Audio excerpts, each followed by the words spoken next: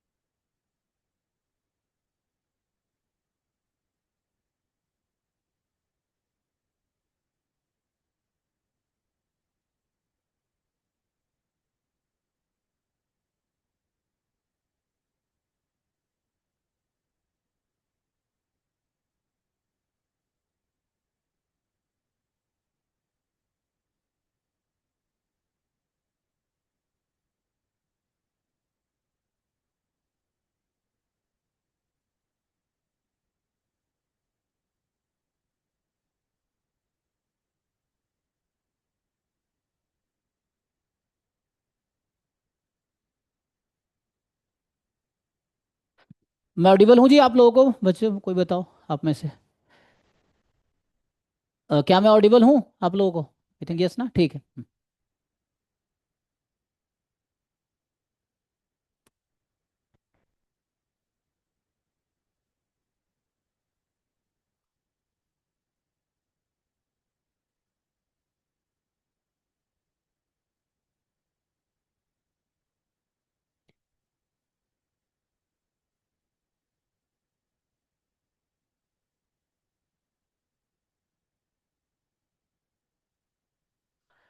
ठीक है जी, thank you. तो अभी हमारी है ना एक ही क्लास हो पाई थी, क्योंकि थोड़ा मैं इधर कुछ बिजी था, तो मतलब सो अभी लास्ट टाइम जो मैंने बेसिक प्रोबेबिलिटी डिस्कस किया था है ना, तो अभी हमने जैसे लास्ट क्लास में प्रोबेबिलिटी के कुछ बेसिक थ्योरी डिस्कस कर रहे थे। प्रोबेबिलिटी थ्योरी, तो इसमें कुछ आप लोगों को डाउट है तो पूछ सकते हो। प्रोबेबिलिटी थ्योरी हो गया, या आज तो आई थिंक इसकी क्लास है ना डिस्ट्रीब्यूशन की, वही है। सो कोई दिक्कत नहीं है ना। So we are not just limited to, आप कुछ भी डिस्कस कर सकते हो। डिस्ट्रीब्यूशन थ्योरी या डिस्ट्रीब्यूशन है ना, तो इसकी अगर हम बात करें तो आप लोगों को कोई भी कॉन्सेप्ट में अगर दिक्कत है तो बताओ, नहीं तो मैं अपने हिसाब से फिर आपको रिवाइज करवा दूंगा। ये है, अगर आप लोगों ने पढ़ा है और आप लोगों को अगर डाउट पूछना है तो वो आप पूछ सकते हो। मतलब जो भी टॉपिक्स यू कैन टेल कि आपको इस टॉपिक में दिक्कत है, क्योंकि आपने क्लास ज्वाइन किया है तो लाइव वालों का यही फायदा है ना, कि यू कैन, है ना, डिस्कस विथ मी, और आप हेलो जिसके सर। हिसाब। जी बोलिए। हेलो सर, मेरा अभी ये मतलब दूसरा तीसरा क्लास होगा सर। जी। पर मुझे ना मतलब एकदम एडवांस टॉपिक है मुझे, मतलब मैंने ऐसा सोचा था कि बेसिक से सिखाएंगे, पर इतना मेरे लिए बहुत एडवांस है तो मुझे कुछ समझ नहीं आ रहा है, 2-3 दिन हो गए। अच्छा, हो जाएगा। तो आपने पहले कुछ नहीं पढ़ा है? पहले पढ़े होंगे ना कुछ तो। हाँ, पढ़े हैं सर।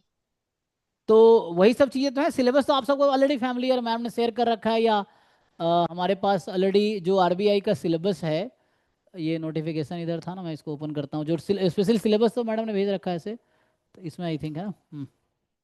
तो ये जो था मेनली हम सिलेबस पे बात कर रहे हैं। ये जो सिलेबस है ये नोटिफिकेशन है। तो ये जो सिलेबस है आप लोग का, ये सिलेबस है। तो क्या आपको एडवांस लग रहा है? इसमें से क्या क्या मुश्किल लग रहा है आपको? एडवांस तो कुछ नहीं है सर, बट जो अभी जो सिखाते हैं अभी जो थोड़ा सा बस हार्ड लगता है सर। हार्ड मतलब क्यों जल्दी नहीं लगता है? वो तो समझते। आपने एमएससी किया होगा ना, क्या आपका बैकग्राउंड है? MSc statistics. तो आपने तो एमएससी में पढ़ रखा होगा। हाँ सर। फिर तो दिक्कत पर क्यों हो रही है? जो अभी इक्वेशन जो सॉल्व करते हैं जो थे, ये तो फिर सर वो मतलब जल्दी समझता नहीं है सर।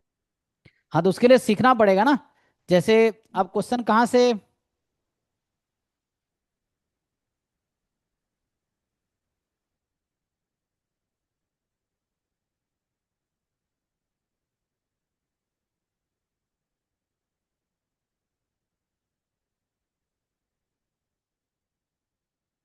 कोई प्रॉब्लम नहीं, आप क्वेश्चन प्रैक्टिस करो। अब क्वेश्चंस कहाँ से प्रैक्टिस कर रहे हो आप? कुछ क्वेश्चन सॉल्व कर रहे हो आप लोग? कहाँ से क्वेश्चन सॉल्व कर रहे हो? मतलब क्या रेफरेंस है? बुक से, या कैसे कर रहे हो? सर अभी तो मतलब मेरा दूसरा तीसरा दिन हो गया सर ज्वाइन हुए हुए, पर समझ ही कुछ नहीं रहा है, यही प्रॉब्लम है। ये सब टॉपिक्स पता है आप लोगों को? लास्ट टाइम मैंने इसका थोड़ा सा क्लास लिया था, तो मैं अभी ये एक बार रिवाइज करा दूंगा आज, ठीक है? थ्योरी ऑफ प्रोबेबिलिटी में क्या क्या पढ़ना है, classical and axiomatic approach of probability, I think last class में डिफाइन किया था मैंने, कि what is the classical definition of probability, what is axiomatic definition of probability, है ना। फिर बेस थ्योरम क्या है, एप्लीकेशन क्या है क्वेश्चन उस पे, strong and weak law of large number क्या है, कैरेक्टरिस्टिक फंक्शन क्या है, सेंट्रल लिमिट थ्योरम क्या है, प्रोबेबिलिटी इनइक्वालिटीज क्या है। देन स्टैंडर्ड प्रोबेबिलिटी डिस्ट्रीब्यूशन है, binomial, Poisson, geometric, negative binomial, uniform, normal, exponential, logistic, log normal, beta, gamma, Weibull, binomial, normal, ये डिस्ट्रीब्यूशंस पढ़ने हैं। एग्जैक्ट सैम्पलिंग डिस्ट्रीब्यूशन में तो आई थिंक आज तो इस पे क्लास है मुझे लग रहा है। तो मैं एक बार इसको रिवाइज करता हूँ। जो लोग लास्ट क्लास में थे, मेरी क्लास बहुत पहले हुई थी, आई थिंक मुझे लगता है क्लास 10-12 तारीख के आसपास हुई थी ना। I think may be around 10th या 12th सितंबर के आसपास आई थिंक थी, मुझे याद नहीं है। बट देखूंगा शेड्यूल तो पता चल जाएगा। तो लास्ट क्लास जो मैंने सैटरडे या संडे में लिया था,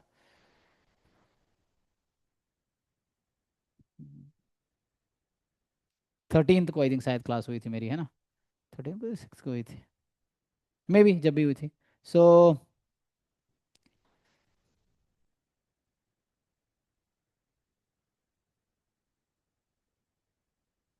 मेरी क्लास आई थिंक 13 सितंबर को हुई थी, उसके बाद मैं ले नहीं पाया था। सो 13-14 को मेरी क्लास थी, फिर तो मैं बिजी हो ना। तो अभी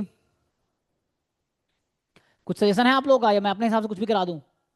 लास्ट टाइम कुछ लोग क्वेश्चन पूछ रहे थे ना, जैसे क्वेश्चन प्रैक्टिस के लिए क्या है, ये जो टॉपिक्स हैं, ये दिस टॉपिक आर ऑलरेडी, ये जो पहला सेक्शन में बात कर रहा हूँ, ये जो पहला है, ये ऑलरेडी आपका जैम के एग्जाम में भी आता है, गेट में भी आता है, नेट में भी आता है ना। तो ये सब टॉपिक तो JAM, GATE, NET, ISI, M stats के एग्जाम में भी आता है, उसमें भी है, इवन आईएसएस में भी आता है ये सब टॉपिक्स। तो ये सब क्वेश्चन आप यहाँ से प्रैक्टिस कर सकते हो। अगर आप लोगों ने कुछ टाइम, बच्चे लास्ट टाइम गेट के कुछ पीवाई क्यू पूछ रहे थे, मैं एक ही क्वेश्चन में करवा पाया था, फिर वो क्लास खत्म हो गई थी, फिर मैं कहा था नेक्स्ट टाइम कराएंगे, फिर नेक्स्ट टाइम अभी मिला है, अराउंड 10-15 दिन का गैप हो गया है ना। ये है। सो जो एक समेशन का जो दो रैंडम वेरिएबल के समेशन का एक जो PDF math PGF probability generating function से निकालते हैं हाँ, कॉन्वोल्यूशन के अलावा, वो सर समझा दीजिए पीजीएफ से। सम पीजीएफ से क्या करना है? X plus y equals to C कोई कांस्टेंट है, हम्म। उसकी प्रोबेबिलिटी। आई थिंक उसकी जरूरत नहीं है, पीजीएफ मेरे लिए डिस्क्रीट में काम करता है ना। तो why do you want to go through PGF? MGF is a better technique, characteristic function है, probability generating function only work for discrete, वो भी बहुत लिमिटेशन है उसका।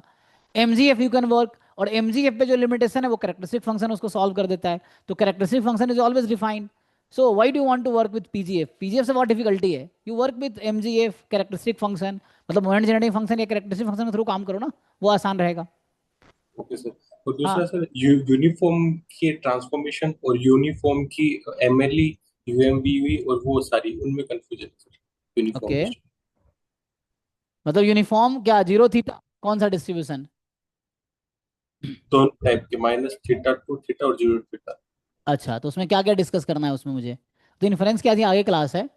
अभी मुझे लगता है इस टॉपिक से रिलेटेड आपको है, या मैं एक बार रिवाइज करा देता हूँ।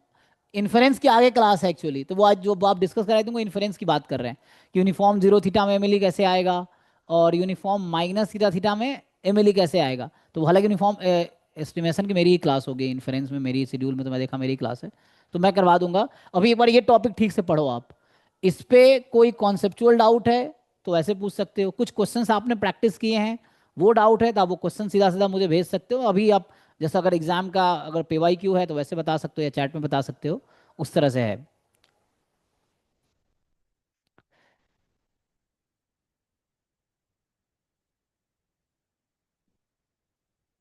या मैं अपने हिसाब से फिर इसको रिवाइज करा देता हूँ एक बार पूरा टॉपिक। मेनली आज का जो हमारा डिस्कशन का टॉपिक जो बताया गया शेड्यूल में अगर आप देखोगे, तो लास्ट क्लास थी इस पे बेस्ड, आज की क्लास है इस पे बेस्ड एक्चुअली। ठीक है, नेक्स्ट क्लास मेरी आई थिंक इस पे है, उसकी नेक्स्ट क्लास इस पे है। तो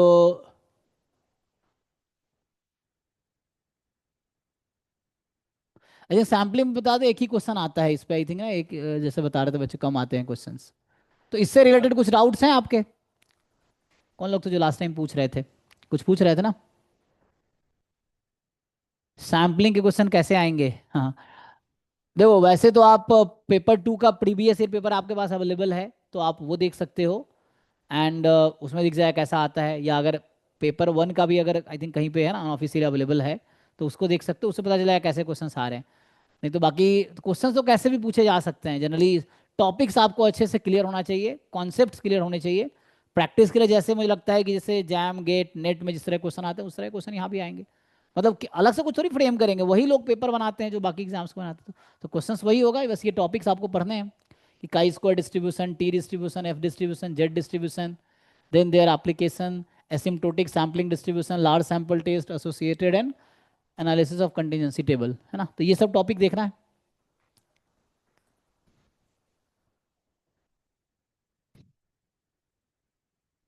एनीवे मैं करवा देता हूँ अपने हिसाब से, देखो अगर कुछ डाउट नहीं है आपको इसमें, कुछ दिक्कत है, लास्ट टाइम मैंने ये वैसे करा दिया था, classical definition, axiomatic definition, Bayes theorem, application, strong and weak law of large number, ये आई थिंक डिस्कस करने वाले थे, लिमिट थ्योरम्स, इज इट?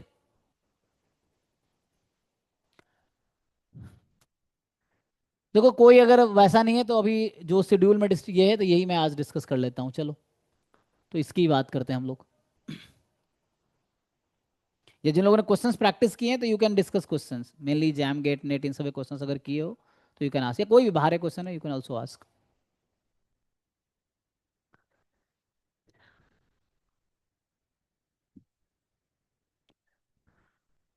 तो स्टैंडर्ड प्रोबेबिलिटी डिस्ट्रीब्यूशन, मैं इसको रिवाइज करा देता हूँ, है ना, ये क्या है? इसमें से किसी को डाउट है इसमें कुछ टॉपिक में? इसमें मेनली लिमिट थ्योरम्स हैं यहाँ पे, strong law of large number, weak law of large number, central limit theorem, तो ये मेनली है ना प्रोबेबिलिटी इनइक्वालिटीज, इनइक्वालिटीज में क्या क्या आएगा। सो अभी के लिए मैं ये वाला टॉपिक आपको एक बार चलो रिवाइज करा देता हूँ, ये वाला टॉपिक। और क्वेश्चंस आपको प्रैक्टिस करने, कहाँ से प्रैक्टिस करोगे, अगर मटेरियल है तो वहाँ से प्रैक्टिस करो। एंड अच्छा, लास्ट टाइम बेस थ्योरम तक ही हुआ था, चलो थैंक यू, कम से कम रिस्पॉन्ड तो किया। तो वही तो पूछ रहा हूँ कि मैं क्या कर रहा हूँ, आप बताओगे तो बताएंगे ना। तो लास्ट टाइम बेस थ्योरम तक डिस्कस किए थे, ठीक है, उसके आगे का थोड़ा रिवाइज करा देते हैं, ठीक है चलिए।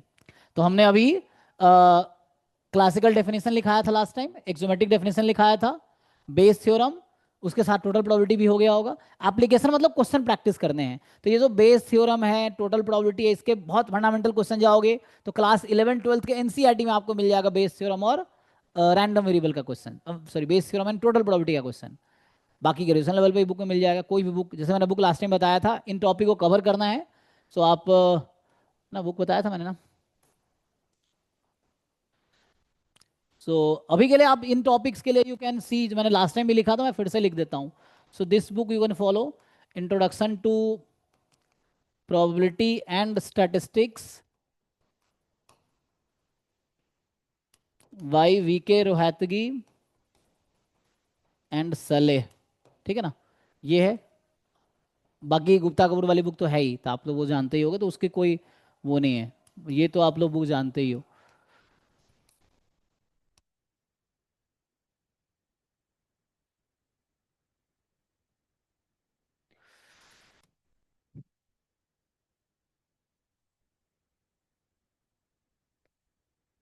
तो गुप्ता कपूर है,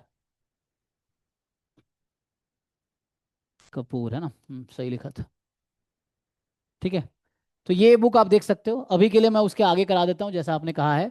तो हम लोग अभी डिस्कस करते हैं strong and weak law of large number. तो उससे पहले आपको ना ये टॉपिक्स पढ़ने से पहले मुझे लिमिट थ्योरम पूरा रिवाइज कराना पड़ेगा, जो कि मैं रिवाइज करा देता हूँ, ठीक है।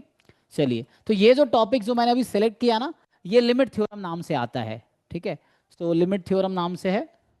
तो इसमें मेनली जो लिमिट थ्योरम्स हैं, जो मुझे ये आरबीआई का सिलेबस देख के समझ आ रहा है, so they want you to know first convergence in distribution, ये एक डेफिनेशन है, और इस पे बेस्ड है सेंट्रल लिमिट थ्योरम, ठीक है, सेंट्रल लिमिट थ्योरम। दूसरा है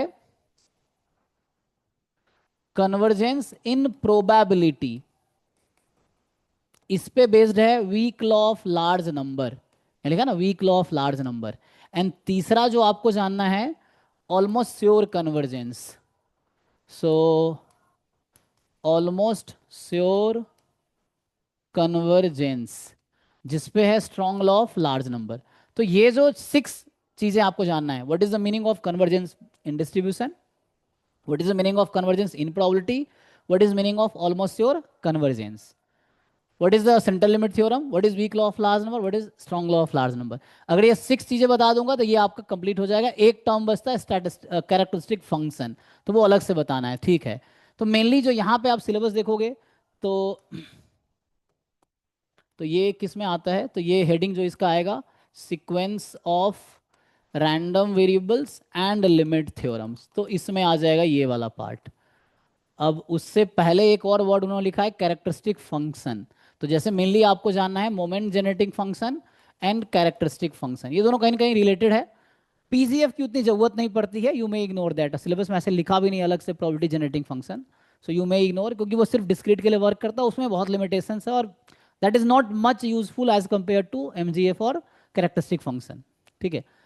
सो आप एमजीएफ पढ़ो, moment generating function and characteristic function, तो ये एक डिस्कस कर सकते हैं। तो पहले मैं ये बता देता हूँ, क्योंकि ये थोड़ा है ना मेजर पार्ट है, फिर उस पर आ जाएंगे। तो इसको आपको मैं क्या 6 चीजें समझनी, ये 3 डेफिनेशन है, और इन डेफिनेशन पे 3 थ्योरम है, ठीक है, समझते हैं। तो सीक्वेंस ऑफ रैंडम वेरिएबल आप लोग जानते होंगे, है ना, random sequence of real numbers आपने पढ़ा होगा, जैसे 1/n सीक्वेंस है, साइन 1/n है ना, साइन n/n है, इस तरह बहुत सारे सीक्वेंस ऑफ रियल नंबर्स आपने पढ़े होंगे लोअर क्लासेस में। अच्छा, डाउट भी है? अच्छा, हो गया है। तो ये सब पार्ट हो गया या बाकी है, जो मैं अभी कह रहा हूँ ये मैं कराऊं या फिर क्या कराऊं? देखो, टाइम लिमिटेड है अभी, जैसे जितना सिलेबस है ना, अगर मतलब अगर मुझे डिटेल में पढ़ाना हो, जैसे मैं जनरली जैम गेट नेट की क्लासेस लेता हूँ, है ना, जनरली बहुत सालों से, पिछले 5-6 साल से, तो वैसा है। तो जैम गेट नेट के जो टॉपिक्स हैं वो आराम से हम जैम का सिलेबस 4-5 महीने पढ़ाते हैं, गेट का 6-7 महीने पढ़ाते हैं, नेट का 1 साल पढ़ाते हैं, पूरा सिलेबस इस तरह से है। अभी आपके एग्जाम में 1-2 महीने बचे हैं, तो उतने डिटेल में तो नहीं हो पाएगा, बट ये कि आपकी जितनी जरूरत है उतना हम कर सकते हैं, तो वो आपको बताना पड़ेगा उसके लिए, ठीक है। सो एनीवे, हाँ, so this you can see, अगर ये कंटिन्यू करना तो ये हम रिवाइज करा सकते हैं। तो आते हैं sequence of random variable like x1 x2, है ना, dot dot dot, this is a sequence of random variable on probability space. So probability space में ट्रिपलेट आता है, ठीक है ना, so probability space this is a triplet. Triplet में पहला जो है set of all possible outcome, जिसको आप सैंपल स्पेस भी बोलते हो। जी जो मैंने लिखा है ये सिग्मा फील्ड है। तो सिग्मा फील्ड की जरूरत तब पड़ेगी when we deal with measure theoretic probability. ठीक है। सो आई डोंट थिंक इसमें मेजर थ्योरेटिक प्रोबेबिलिटी का यूज है, आई थिंक दे हैव ना, क्योंकि मैंने जब एक्जोमेट्रिक डेफिनेशन लिखा होगा ना तो उसमें मैंने बताया होगा पावर सेट। तो for for the example A time being this is power set of, ये जो जी लिखा है ना, this is power set of omega. ठीक है, पावर सेट ऑफ ओमेगा है ना। सो ये होगा पावर सेट ऑफ ओमेगा, मतलब ये सैंपल स्पेस है ना। G G is called sigma field, G is a sigma field. So for the time being आप ये समझो कि ये जो मैं प्रोबेबिलिटी स्पेस लिखा हूं, this triplet is called probability space and that triplet is omega set of all possible outcome, g is the sigma field, and for the timing you just assume कि ये power set of sample space is also called event space, and जो p है वो probability function है। ठीक है, so p is a probability function anyway। तो अब मैं आगे आता हूँ, हमें mainly convergence की बात करनी है ना, we have to talk about। तो हम लोग ऐसा भी लिखते हैं sequence of random variables को, ऐसा भी लिख सकते हैं xn n from 1 to infinity है ना। This is a sequence of random variables and हमें इसकी कन्वर्जेंस की बात करनी है ना। We have to talk about convergence of random variables. ठीक है, तो कन्वर्जेंस के ऐसे 4 टाइप है, जैसे मैं 3 लिखा है क्योंकि सिलेबस जो पढ़ा मैंने उसके हिसाब से 3 की जरूरत है। ठीक है, सो 3 type of convergence you need, convergence in distribution, convergence in probability, convergence in convergence almost surely. ठीक है, तो जो पहला हमें अभी डिफाइन करेंगे, xn converges in distribution to x, दूसरा है xn converges in probability to x, and जो तीसरा है कि xn converges almost surely to x। ये 3 टर्म है ना, एंड फिर का इस पे बेस्ड सेंट्रल लिमिट थ्योरम है, इस पे based weak law of large number, इस पे based strong law of large number. तो इसको डिफाइन करते हैं हम लोग कि हाउ टू डिफाइन। ठीक है, सो पहला वाला डिफाइन करता हूं मैं, ये पहला टर्म कन्वर्जेंस इन डिस्ट्रीब्यूशन। तो इसमें हम आएंगे, सो हम डिफाइन करते हैं कन्वर्जेंस इन डिस्ट्रीब्यूशन। ठीक है, इसमें ऐसा होता है कि a sequence of random variable X N converges in distribution to a random variable x। तो xn is a sequence of random variable like x1 x2 x3 x4 x5 है ना, n goes 1 to infinity, so they are sequence of random variable। x is another random variable, जैसे आप बोलते हो ना sequence an कोई sequence है उसकी लिमिट l है, तो वो रियल नंबर में बात होती है, अभी हम लोग रैंडम वेरिएबल में बात कर रहे हैं। ठीक है, सो xn is a sequence of random variable that converges in distribution to a random variable x। तो इसका नोटेशन है जो पहले मैंने लिखा था कि xn converges in distribution to x if and only if. All definitions are if and only if, जितने डेफिनेशन होते हैं उसमें if and only if condition ही होता है। ठीक है, बाकी जिन्होंने क्वेश्चन भेजा वो मैं सॉल्व कर दूंगा अरविंद है ना, सो बाद में इसके बाद। तो इसके लिए डेफिनेशन है कि limit n tends to infinity f of xn at x is fx x at x for all points where at which this CDF is continuous function। and here ये जो कैपिटल F है, F represents CDF। ठीक है ना, तो ये है CDF of xn random variable और ये CDF ऑफ x है। So we say that xn converges in distribution to x if limit of fxn, मतलब xn के CDF की लिमिट निकालेंगे और वो अगर इक्वल आ जाती है x के CDF पे, देन वी से कि xn converges in distribution to x। ये डेफिनेशन है। ठीक है, यू रीड इट वंस, कोई डाउट है तो बताइए। एटलीस्ट उस पॉइंट पे लिमिट एग्जिस्ट करना चाहिए जहां पे fx कॉन्टिन्यूअस है, ये कहना चाहता है। ठीक है, तो एटलीस्ट उन पॉइंट पे लिमिट एग्जिस्ट करना चाहिए जिसपे ये वाला CDF कॉन्टिन्यूअस है। इसमें मैं एक क्वेश्चन लिखता हूं ताकि आपको समझ आए। ठीक है,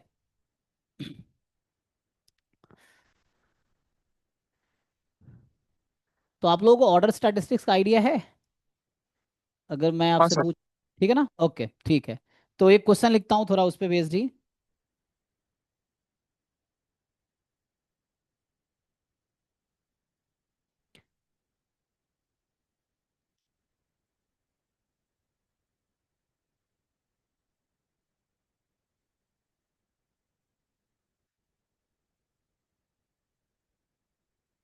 सर यही मेथड से कन्वर्जेंस एंड डिस्ट्रीब्यूशन निकाल सकते हैं?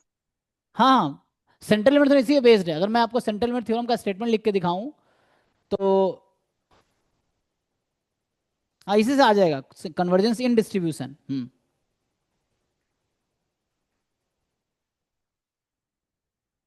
आई थिंक अब ट्राई करना है ना, तो टाइम इन्होंने कम दिया है।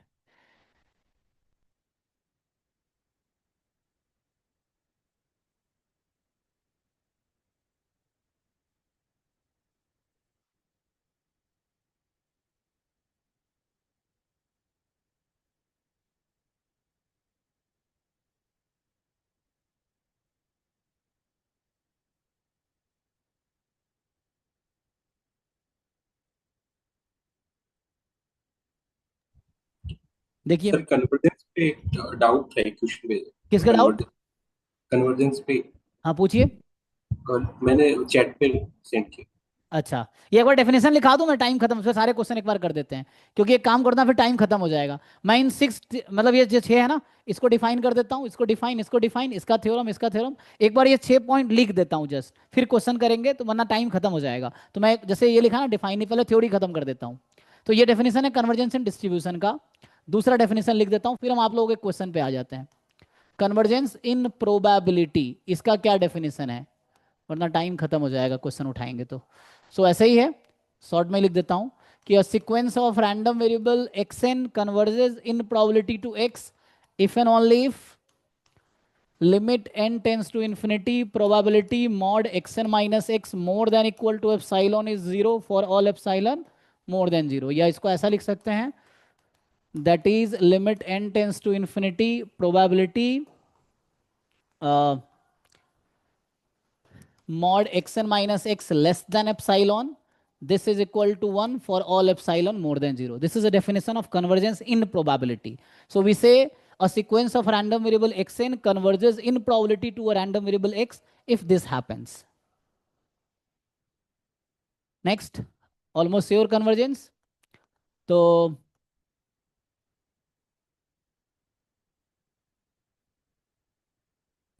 so a sequence of random variable xn converges almost surely to x if and only if probability limit n tends to infinity xn is equal to x is 1।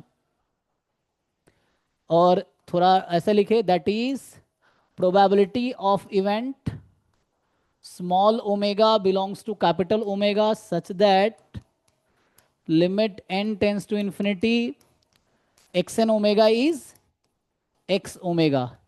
You know what, random variable is a function whose domain is sample space, codomain is real number। So every random variable maps outcome of sample space to a real number। तो ये क्या होगा, xn random variable है तो ये कोई real number में map करेगा। सो ये अगर इसके इक्वल आ गया with probability 1, then we say xn converges almost surely to x। तो ये आपके टर्म्स हैं, मतलब डेफिनेशन हो गया almost sure convergence probability in distribution. ठीक है, अब इस पे बेस्ड थ्योरम है, जैसे सेंट्रल लिमिट थ्योरम आप लोग जानते होंगे, that is based on convergence in distribution. तो सेंट्रल लिमिट थ्योरम क्या कहता है, तो सब लोग जानते ही होंगे, है ना। सो सेंट्रल लिमिट थ्योरम कहता है कि you take any distribution, the sample mean will have asymptotic normal distribution. अगर ऐसे नॉर्मल बोले, so corresponding to any distribution the sample mean will have asymptotic normal distribution. मतलब किसी भी डिस्ट्रीब्यूशन से सैंपल लेंगे तो एट द एंड जो सैंपल मीन है वो नॉर्मल हो जाएगा। ये चीज़ है, मैथमेटिकली ये होगा कि let x1 x2 dot dot dot be IID sequence of random variable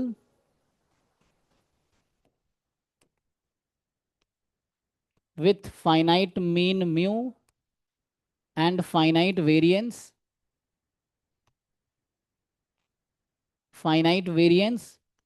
sigma square, then, है ना।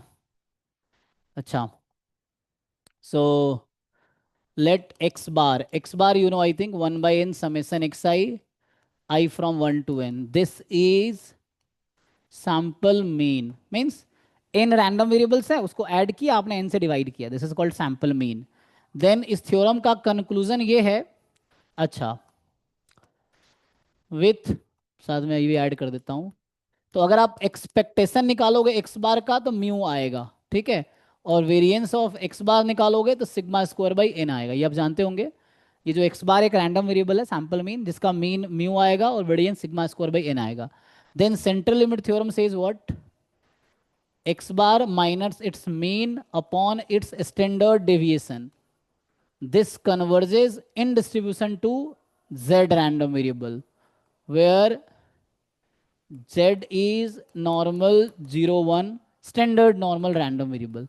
So this is the conclusion of central limit theorem. थोड़ा और अगर इसको मैं सिंप्लीफाई करूं तो कुछ ऐसा मिलेगा। so यहाँ आ जाएगा root N X bar minus mu by sigma converges in distribution to, ये कर देता हूँ, जेड की जगह नॉर्मल 0 1 रख दिया, ऐसा है। थोड़ा और सिंप्लीफाई करोगे सो रूट एन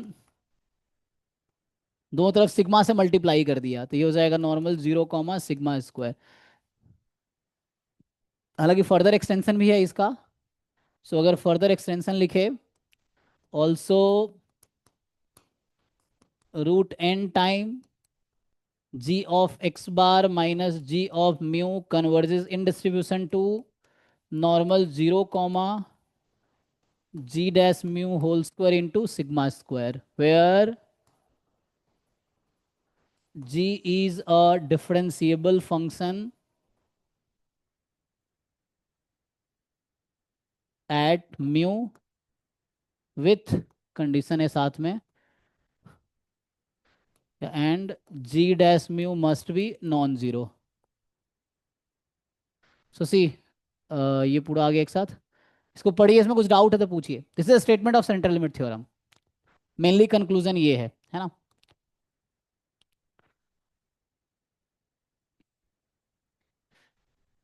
तो you can say x bar is asymptotic normal mu comma sigma square by n for any distribution, है ना, as n tends to infinity, you can say like this. So x bar has normal mu comma sigma square by n distribution as n tends to infinity. So x bar is asymptotic normal distribution with this mean and this variance, and x1 x2 xn can be any random variable.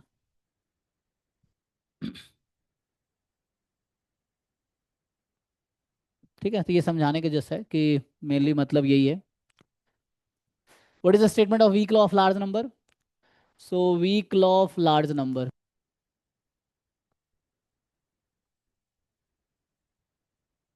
है ना, short में हम लोग बोलते हैं weak law of large number. तो इसमें भी ऐसा ही है कि let x1 x2 dot dot dot be IID sequence of random variable with, है ना, फाइनाइट मोमेंट्स। ठीक है, देन जनरल लिखूंगा तो 1/n summation x I from 1 to n, this converges in probability to e of x। तो x is what, x1 कह दो, x1 first random variable, they are IID, तो इन सबका डिस्ट्रीब्यूशन तो कॉमन ही है, तो x1 का जो मीन होगा उसके इक्वल आएगा, मतलब कन्वर्ज करेगी, है ना। इसको और जनरलाइज करोगे तो 1/n summation x I square converges in probability to E X square, they are numbers, है ना, ये सब नंबर्स हैं, जिसको डीजेनरेट रैंडम वेरिएबल बोल सकते हैं हम लोग। So and you can continue 1/n summation x i की power r i from 1 to n converges in probability to e of x की power r for all r belongs to natural number. So ये आपका statement है weak law of large number का। So ये क्या कहना चाहता है, rth sample mean converges in probability to rth population mean. तो ये है rth पॉपुलेशन मीन और ये है rth sample mean. So rth sample mean converges in probability to rth population mean for any r belongs to natural number. तो ये statement है weak law of large number का। Strong law of large number is not much different, just they talk about almost sure convergence. जो weak law of large number था ना, वो किसके लिए बात कर रहा था, कन्वर्जेंस इन प्रोबेबिलिटी के लिए। Strong law of large number talks about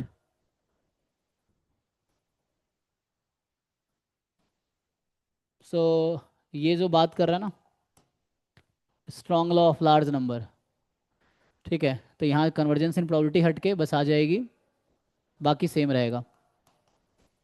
strong law of large number S S L N, तो बस यहाँ कन्वर्जेंस में चेंज हो जाएगा ऑलमोस्ट श्योर कन्वर्जेंस का, बाकी और कोई डिफरेंस नहीं है। देखिए, so they are just same. Difference है कि weak law of large number talk about weak convergence, weak convergence का मतलब होता है convergence in probability, and strong law of large number talk about strong convergence, that is almost sure convergence. क्यों? क्योंकि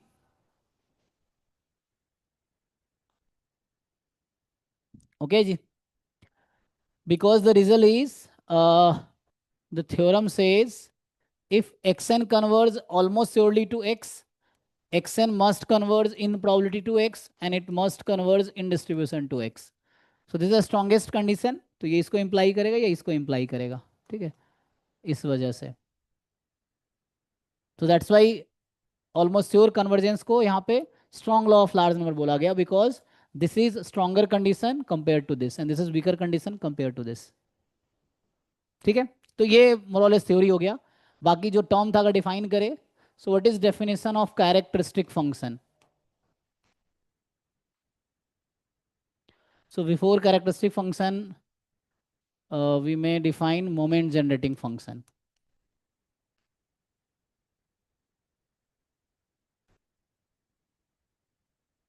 ठीक है, तो शॉर्ट में इसको MGF लिखते हैं और इसको CF लिखते हैं, या CHF लिख सकते हैं आप। तो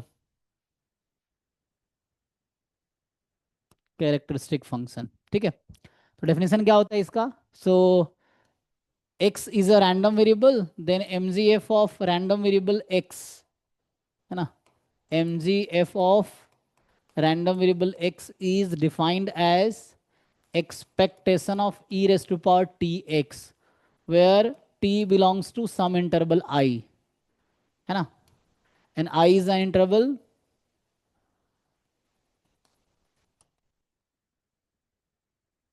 interval containing 0। ठीक है, इंटरवल आई में 0 होना ही चाहिए, because MGF must be defined at 0, continuous at 0 and differentiable at 0। तो MGF के डोमेन में हमेशा 0 आएगा। And similarly characteristic function, so characteristic function of random variable x is defined as, so मान लो Cx लिख देता हूँ, CXT, so that is expectation of e की पावर आयोटा tx। ठीक है, यहाँ पे वैसे ही होगा, t belongs to some interval containing i similarly. So characteristic function is always defined for any random variable. MGF may not be defined for some random variable. For example, standard Cauchy distribution या Cauchy distribution. So in case of Cauchy distribution, MGF does not exist. But in case of Cauchy distribution, characteristic function exists. So characteristic function exists for all distribution. ठीक है, तो ये हो गया, बस हमने briefly आपको डेफिनेशन बता दी है बस। तो ये जो टर्म्स लिखा हुआ था ना, इसका मैंने आपको बस डेफिनेशन बता दी है, जो सेलेक्ट किया हुआ है। लास्ट क्लास में बाकी डेफिनेशन बताया था, क्लासिकल एक्सोमेट्रिक अप्रोच एंड ये सब। अभी मैंने ये आपको ब्रीफली बता दिया है। अब इससे रिलेटेड जो क्वेश्चन हैं वो डिस्कस कर सकते हैं, जो भी चैट में लोग लिखे हैं, तो उसको देख लेते हैं। बाकी अगर हो गया है तो ठीक है, नहीं हुआ है तो बताइए कौन सा क्वेश्चन करना है। जैसे इन्होंने जो क्वेश्चन भेजा हुआ है, ये देखिए अरविंद जी ने, तो 5वां नंबर चैट में जो है मैं लिख देता हूँ, ये आई थिंक जैम 2013 या 14 का क्वेश्चन, 13 का ना लिखा है आपने ना, ठीक है। तो हम तो ओपन भी कर सकते हैं पेपर लिखने के बजाय, है ना, एनीवे छोड़ो, बड़ा पेपर डाउनलोड कर ले।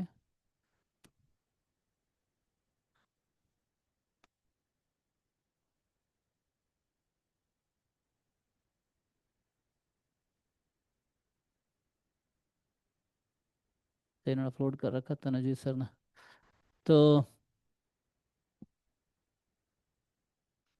TMS का पेपर है एक्चुअली। अच्छा, इन्होंने सॉल्यूशन बना रखा, देखो इन्होंने ऑलरेडी सॉल्यूशन भी अपलोड कर रखा है, ये तनुजीत चक्रवर्ती है ना, so he is a professor I think ना समवेयर। तो इन्होंने सॉल्व कर रखा है, you can find solution here. देखता हूँ इन्होंने क्या सॉल्यूशन किया है, फिर मैं देखता हूँ मैं क्या करता हूँ। सो आपका जो क्वेश्चन था, यही वाला क्वेश्चन है ना, सेम है, हाँ। देखो इन्होंने कैसे सॉल्व किया है, तो मैं इसको अपने तरीके से सॉल्व करता हूँ। He have solve this way. तो ये जो चैट में 5 नंबर क्वेश्चन जिन्होंने भेजा हुआ है अरविंद जी ने, तो ये है कि a continuous random variable x has density this. So question है कि इन्होंने एक लाइन में सॉल्व कर दिया, अब मैं अपने तरीके से सॉल्व कर देता हूँ। ठीक है, देखिए, तो मैं पूरा क्वेश्चन लिख देता हूँ जो इन्होंने भेजा हुआ है। तो ये जो क्वेश्चन नंबर 5 है, इन्होंने शॉर्ट में लिखा है। ये कह रहा है कि a continuous random variable x has continuous random variable x has PDF. तो x का पीडीएफ कुछ ऐसा दे रखा है, 2 time small phi of x into capital phi of x। ठीक है, अच्छा इन्होंने, हाँ ठीक है, स्मॉल फाई कैपिटल फाई, ध्यान देना आप दोनों डिफरेंट है। सो यहाँ स्मॉल फाई क्या है, तो आपको जानकारी के लिए बताएं, आइडिया है कोई, बताइए स्मॉल फाई क्या है, कैपिटल फाई क्या है। तो ये आप अगर फर्स्ट पेज जाके देखेंगे ना, तो फर्स्ट पेज पे लिखा होगा। जैसे एग्जाम में ऐसा कोई नोटेशन यूज नहीं करेगा जो एक्सप्लेन नहीं करेगा, they will explain all notation even if you know. So ये जो स्मॉल फाई एक्स है, उस पेपर में जाके देखेंगे तो this is PDF of normal 01। तो स्मॉल फाई एक्स का मतलब हुआ 1/√2 पाई ई की power minus half x square, x is real number. And ये जो कैपिटल फाई लिख रखा है क्वेश्चन में, this is CDF of normal 01 that you might be knowing.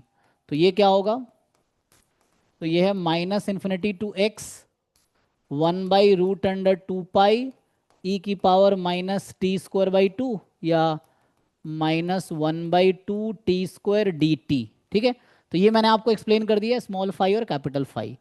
सो यहाँ पे जो यूज़ किया उसका मीनिंग क्या है, तो small phi is this one, capital phi is this one, जो यहाँ यूज़ हुआ है। ठीक है, अब आपसे क्वेश्चन में क्या पूछा गया है, अच्छा लिख तो दिया वहाँ पे, small five the PDF question में लिखा हुआ है। देन सो ऑप्शन ए है कि expectation of x will be more than 0। Option B है expectation of x will be less than 0। C में है कि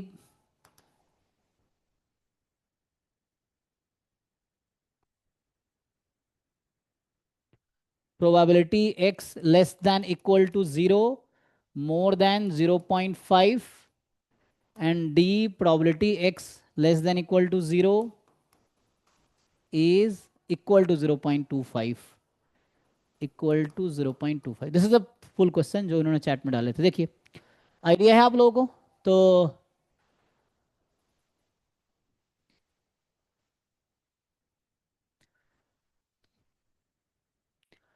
तो ये x का पीडीएफ, x कोई और रैंडम वेरिएबल है, यहाँ तो मैंने x में लिख दिया है, but you may right in other variable, है ना यहाँ।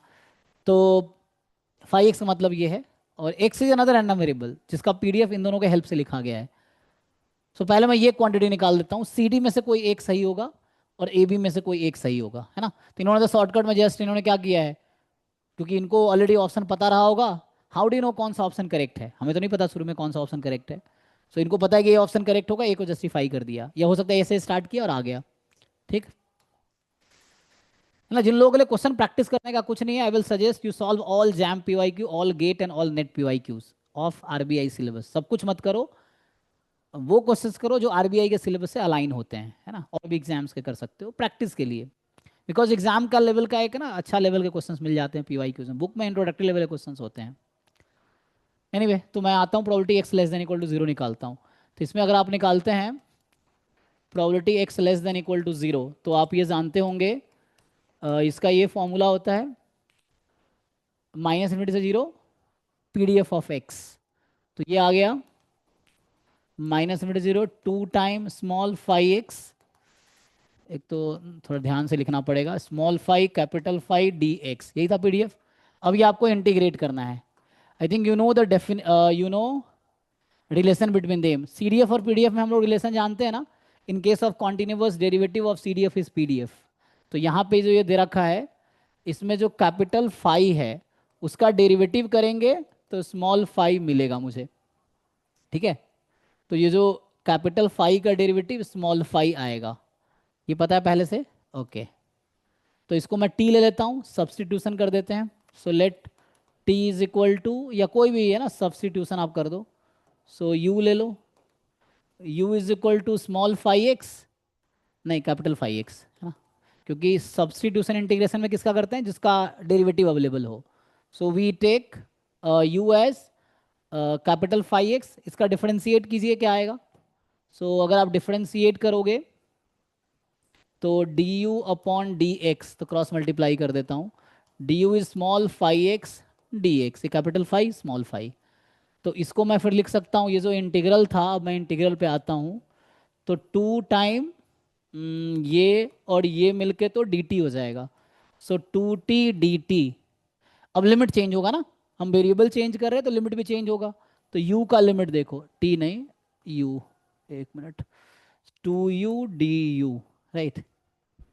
एंड अब ये जो माइनस इन्फिनिटी रखोगे तो क्या होगा, देखो माइनस इन्फिनिटी से जीरो है ना, तो यहाँ पे अगर x को मैं माइनस इन्फिनिटी रखूंगा तो ये पूरा माइनस इन्फिनिटी हो जाएगा, क्योंकि स्क्वायर लगा हुआ है, तो जीरो आ जाएगा। तो जब यहाँ माइनस इन्फिनिटी तो यहाँ जीरो है, और जब जीरो रखेंगे तो क्या होगा, तो यहाँ जीरो रख दो आप, सॉरी कैपिटल में ना, सॉरी कैपिटल में, ये सी डी एफ है ना, अच्छा सी डी एफ तो हम जानते हैं ना, okay okay you know. So C D F की प्रॉपर्टी पता ना आप लोगों को, तो होगा क्या, ये जो कैपिटल 5 है एट माइनस है तभी जीरो ही होगा, यहाँ पुट करना था एक्चुअली। तो इसमें x को अगर माइनस इन्फिनिटी रखोगे तो माइनस इन्फिनिटी से माइनस इन्फिनिटी जीरो हो जाएगी, और capital 5 at zero, so we know standard normal distribution is symmetric about zero, तो इसकी वैल्यू हाफ आ जाएगी, क्योंकि ये जीरो के अबाउट सिमेट्रिक है। तो ये कहने का मतलब जो क्वेश्चन है वो आपका क्या आ गया, यहाँ माइनस इन्फिनिटी पे जीरो हो गया और जीरो पे आपका हाफ आ गया। निकालिए इसको कितना आएगा, तो यूज, अच्छा जीरो से 1/2 तो 1/4 आ गया एक्चुअली। चेक करो कहीं मिस्टेक तो नहीं हुआ है, पीडीएफ यही था ना, पीडीएफ सेम था, आई थिंक चेक करो कहीं मिस्टेक इसमें। हमने इसको टी लिया था राइट, इसका डेरिवेटिव ये है, और माइनस इन्फिनिटी जीरो था ना, तो ये तो डी वाला आ गया सही, इसमें कुछ गलती है, चेक करो कहाँ मिस्टेक है। ऑप्शन सही लिखे मैंने, क्वेश्चन देख लो एक बारी, ऑप्शन यही था, तो less than equal to half पे तो यही आ रहा है 2 5x this, but option A सही है ना शायद। चेक करो जी कहीं मिस्टेक है इसमें क्या, कहीं कैलकुलेशन एरर तो नहीं हुआ।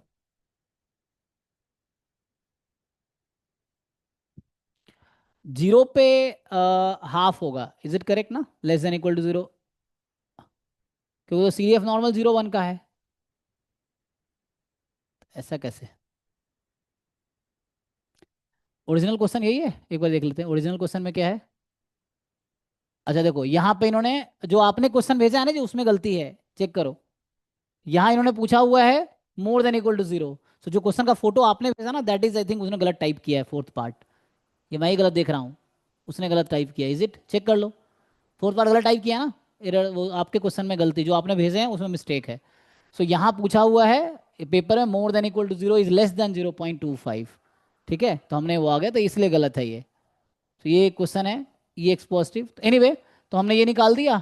अब मैं आपसे जैसे अभी निकाला मैंने, तो ठीक है मेरा कैलकुलेशन सही है। So x less than equal to zero आया 1/4, तो x more than equal to zero आएगा 3/4, ठीक है, उस बुक में टाइपिंग एरर जहाँ से आपने फोटो भेजा है, तो ये हो गया, ये हमने अभी डिराइव किया, तो इससे ऑप्शन सी डी दोनों फॉल्स हो जाएगा, आप चेक कर लो, इससे ऑप्शन सी और डी दोनों फॉल्स हो जाएगा।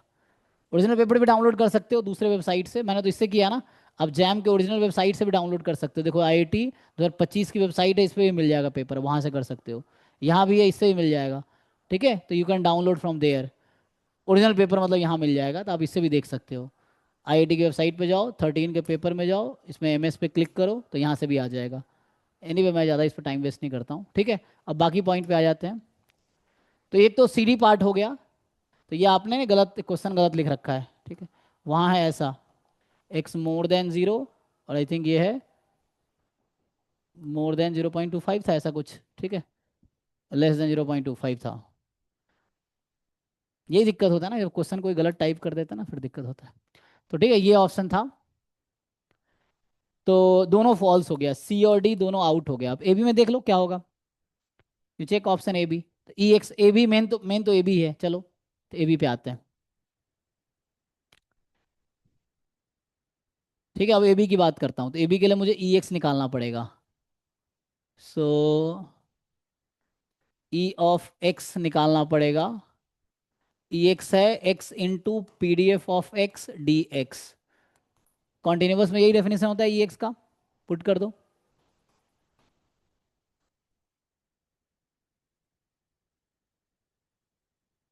To small phi X capital phi X D x. ठीक है, अब इसमें फिर से वही रिलेशन है, लेकिन थोड़ा सा यहाँ पे ध्यान देना है, क्योंकि जैसे हमने यहाँ पे सब्स्टिट्यूशन कर लिया ना, यहाँ पे ऐसा सब्स्टिट्यूशन होगा। तो इसको मैं टू को तो चलो मैं बाहर कर देता हूँ। तो X small phi X capital phi X D X, ये है। अब हमको ये इंटीग्रेट करना है, लेकिन इसको ना आप ठीक से देखोगे so you will realize something. X phi X को देखो यहाँ से, if I say you to find derivative of this function, ये स्मॉल फाई एक्स का डेरिवेटिव निकालो। तो स्मॉल फाई एक्स का आप डेरिवेटिव निकालोगे तो what you will realize, you will realize minus X time small phi X. Check कर लो ठीक से, इसको डिफरेंशिएट करो, you will get minus X time the same function. Differentiation आता होगा आप लोगों को, ठीक है ना, क्योंकि इसका डेरिवेटिव माइनस एक्स होगा ना पावर का, दैट्स वाई। ओके, तो यहां से मैं क्या कर सकता हूं, hmm,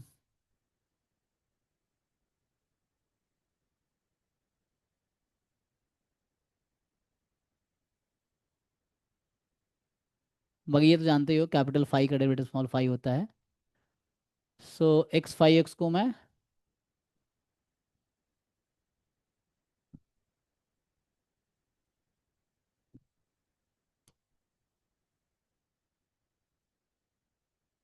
तो ये minus phi small phi dash X into capital phi of X D X. अब बाई पार्ट अगर हम लगाएंगे तो इसका डेरिवेटिव मुझे पता है ना, और इसका इंटीग्रेशन कर सकते हैं। तो बाई पार्ट का जो रूल होता है ना यू वी वाला, उसमें क्या होता है जनरली, यू उस फंक्शन को लेते हैं जिसका डेरिवेटिव करना है, और वी वो लेते हैं इसका इंटीग्रेशन करना है, जो इंटीग्रेशन इजीली हो जाए। So if you apply by part तो इसका डेरिवेटिव करना है, इसको यू ले लो और इसको वी ले लो। अब देखो क्या होगा, सो माइनस टू को बाहर रखो, माइनस टू को बाहर रखो। अब मैं बाई पार्ट लगा रहा हूँ, यू इंटू वी। तो U outside capital phi X outside, इन माइनस बाहर कर दिया, ये माइनस मैंने बाहर कर दिया, तो इसको आप इग्नोर कर सकते हो आप। सो इस माइनस को आप यहाँ डाल दो। u का इंटीग्रेशन तो स्मॉल फाई एक्स हो जाएगा minus derivative of, sorry v, मतलब u आउटसाइड, v का इंटीग्रेशन, नाउ u का डेरिवेटिव। तो capital phi C D F, C D F का डेरिवेटिव पी डी एफ, तो स्मॉल फाई एक्स आएगा, एंड फिर से v का डेरिवेटिव तो स्मॉल फाई एक्स ही रहेगा, एंड लिमिट है minus infinity to plus infinity d x. इसको थोड़ा और सिंप्लीफाई करोगे so you will have minus two time, ये हो गया capital phi x into small phi x, इसकी लिमिट रख दो माइनस इंटू प्लस इन्फिनिटी, ये minus minus plus two time minus infinity से plus infinity phi square x D x. ठीक, check carefully. अब तो ये तो नॉन नेगेटिव फंक्शन है, तो इंटीग्रेशन इसका नेगेटिव हो नहीं सकता, तो ये नॉन नेगेटिव फंक्शन है ना। इवन ये इवन फंक्शन है, इसको और ब्रेक करोगे तो मैं बस हिंट दे देता हूँ, पहला वाला जीरो हो जाएगा अपर लिमिट। अब देखो यहाँ से small phi at plus infinity zero, small phi at minus infinity zero, तो upper limit minus lower limit करोगे जीरो हो जाएगा।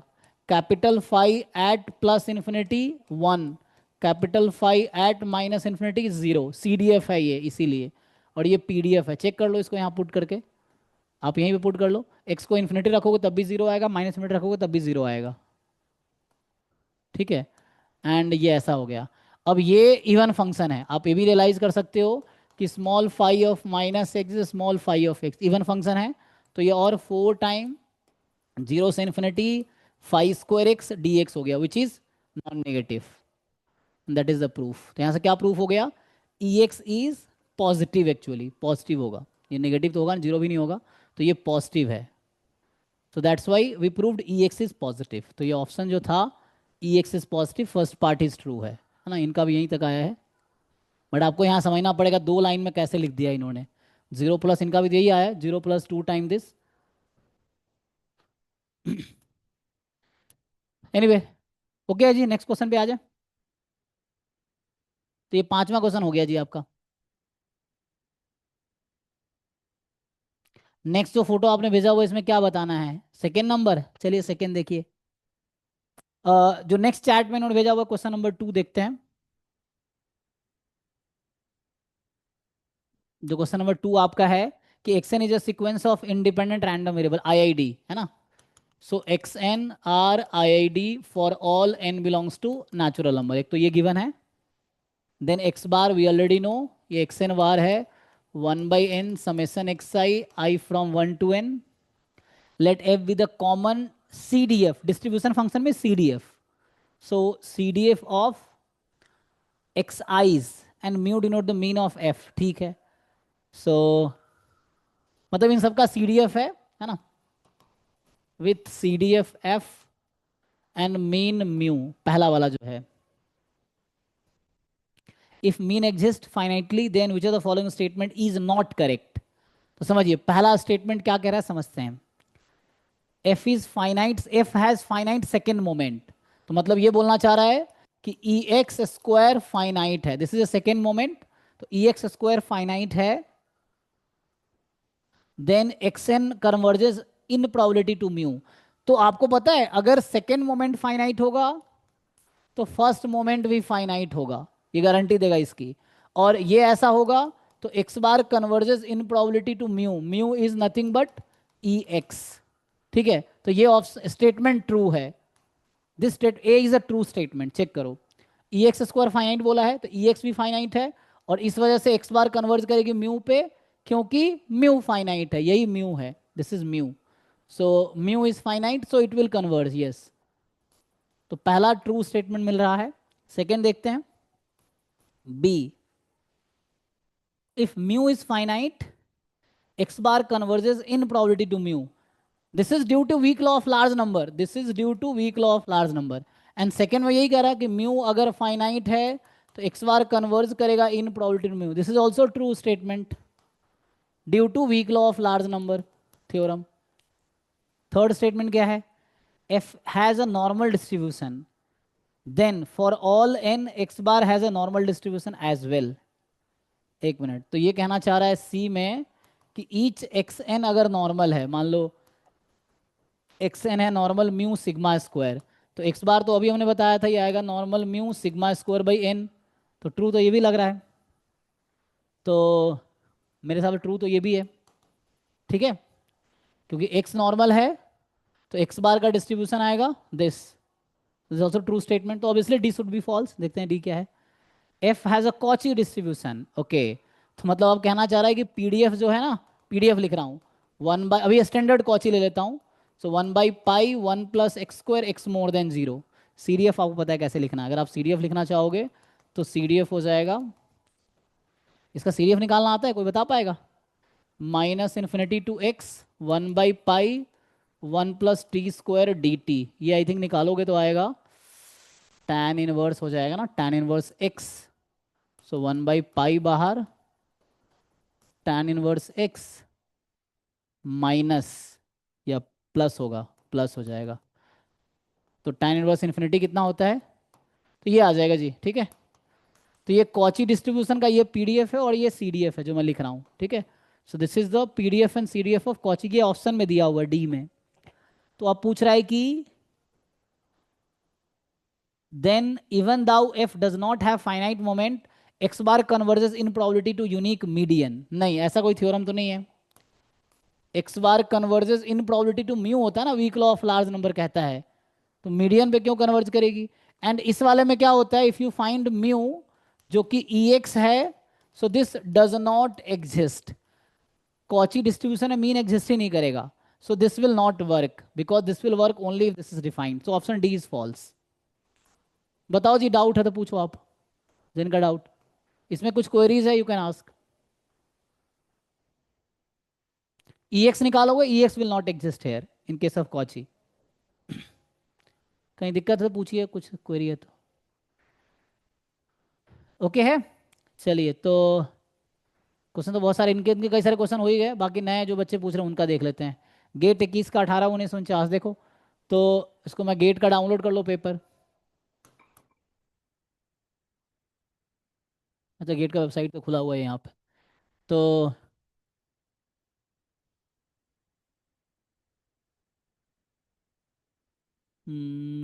डाउनलोड्स में आ जाएगा ना। नहीं, हमें तो प्रीवियस ईयर पेपर चाहिए ना। Question paper of previous year, bulk नहीं चाहिए मुझे। तो ईयर वाइज क्वेश्चन पेपर, ठीक है ना। तो आपको 21 का देखना है, 21 का क्या, 21 का ही है ना। गेट 21 का स्टैटिस्टिक्स का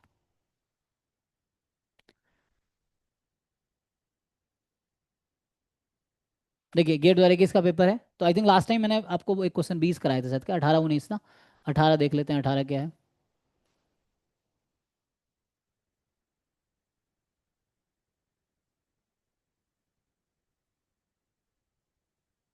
हम्म ये वाला। ओके। तो ये अभी मैंने इसका थ्योरी कराया आपको, अभी आपको समझ आएगा। सो इसका थ्योरी अभी डिस्कस किया था हमने। सो उसको वहाँ इंपोर्ट कर लेते हैं। देखिए जी, यही है ना जी, गेट 21 का 18 नंबर। हाँ सर, सारे कन्वर्जेंस के ही क्वेश्चन है तीनों। जी जी ठीक है फिर तो, हाँ। तो इसके बहाने वो रिवीजन भी हो जाएगा। देखिए तो यहाँ अगर आप ध्यान से देखेंगे ना, तो एक तो मैं सीधा सीधा थ्योरम लिख देता हूँ, या फिर चलो एक थ्योरम लिख देता हूँ सीधा सीधा, कि x N has Bernoulli 1/n की पावर मान लीजिए k फॉर एग्जाम्पल। देन ये थ्योरम है कि x n converges almost surely to zero if and only if k has to be more than 1, या k is more than equal to 2, जहां पे k is a natural number है ना। k is a natural number, मान लो k कोई natural number है। तो ये एक रिजल्ट है। अब इसका मैं थ्योरम, इसका प्रूफ लिख देता हूं तो काम हो जाएगा। अगर मैं थ्योरम प्रूफ कर दूंगा तो ये भी प्रूफ हो जाएगा, ठीक है। इस थ्योरम को ध्यान से देखो, if you see this carefully, अगर आप इसको ठीक से देखोगे ना, तो आपको क्या समझ आएगा। तो आपको ये समझ आएगा कि जो रैंडम वेरिएबल इसने लिखा है ना, x n alpha, this is Bernoulli 1/2 की पावर 1/n की पावर 2 अल्फा, ठीक है। ये गिवन है आपको, this is given in the question. ये पीएमएफ लिख रखा है, 1 पे 1 दिस एंड 0 पे दिस। तो ये पीएमएफ है बर्नौली डिस्ट्रीब्यूशन का, दो नो बर्नौली डिस्ट्रीब्यूशन। तो x n alpha has distribution Bernoulli this, अब इस पे फिट कर लो तो ऐसे ही आ जाएगा। अब ये कब कन्वर्ज करेगी, तो क्वेश्चन ही बोला ना कि x n alpha converges almost surely to zero. तो मेरे थ्योरम के हिसाब से क्या होना चाहिए, थ्योरम क्या कहता है कि ये जो पावर है 2 अल्फा, 2 अल्फा को क्या होना पड़ेगा, मोर देन 1। तो अल्फा को होना पड़ेगा मोर देन 1/2। ओके, तो ये अल्फा क्या बिलोंग कर रहा है, तो अल्फा बिलोंग कर रहा है 1/2 से इन्फिनिटी। ओके, तो ये क्वेश्चन का सॉल्यूशन हो गया, इस थ्योरम को यूज कर लिया। तो थ्योरम का प्रूफ देख सकते हैं आप लोग, या मैं कर दूंगा। सो देन मुझे इन्फिमम ऑफ एस क्या होगा, तो this is the S set, actually यही एस सेट है। तो आपके पास एस सेट जो मिल गया वो है सेट एस इज 1/2 से इन्फिनिटी। तो क्या आप लोगों को आइडिया है इन्फिमम का, what is infimum of S. Infimum क्या होता है, greatest lower infimum, greatest greatest lower lower, bound. हाँ greatest lower bound. So what is the greatest lower bound in this set, is 1/2, 0.5। This is the answer to the question. Answer है 0.5, इस question का answer है। अब question है इसको कैसे proof करेंगे। इसका अगर प्रूफ लिखूं इस थ्योरम का मैं, तो होता है x n converges almost surely to zero if and only if, अच्छा मतलब थ्योरम पे थ्योरम चल रहा है नहीं। So probability mod x n more than epsilon infinitely of n, this is zero. तो मैं इसको यूज करूंगा। अब ये इन्फिनिटली ऑफ एन क्या होता है, इसको एक्सप्लेन करना पड़ेगा मुझे। तो है ना, infinitely of n, limit superior. और बोरेल कैंटिलेमा सुना है आपने, तो ये वर्ड जिनको जानना हो ये थोड़ा गूगल कर लेना, पढ़ लेना इसके बारे में, तो ये पता चल जाएगा इन्फिनिटली ऑफ एन क्या होता है। बोरेल कैंटिलीलेमा, ठीक है, ये गूगल कर लेना या बुक में खोल कर देख लेना, तो उससे पता चल जाएगा ये इन्फिनिटली ऑफ एन क्या होता है, क्योंकि इसी की वजह से आता है। तो बोरेल कैंटिलीलेमा, तो इससे इसका प्रूफ आ जाएगा, ठीक है। या मैं सीधा सीधा समझाऊं कि सीरीज प्रोबेबिलिटी, मतलब ना बहुत सारे थ्योरम्स हैं, मतलब लॉट ऑफ थ्योरम्स जो यूज होता है।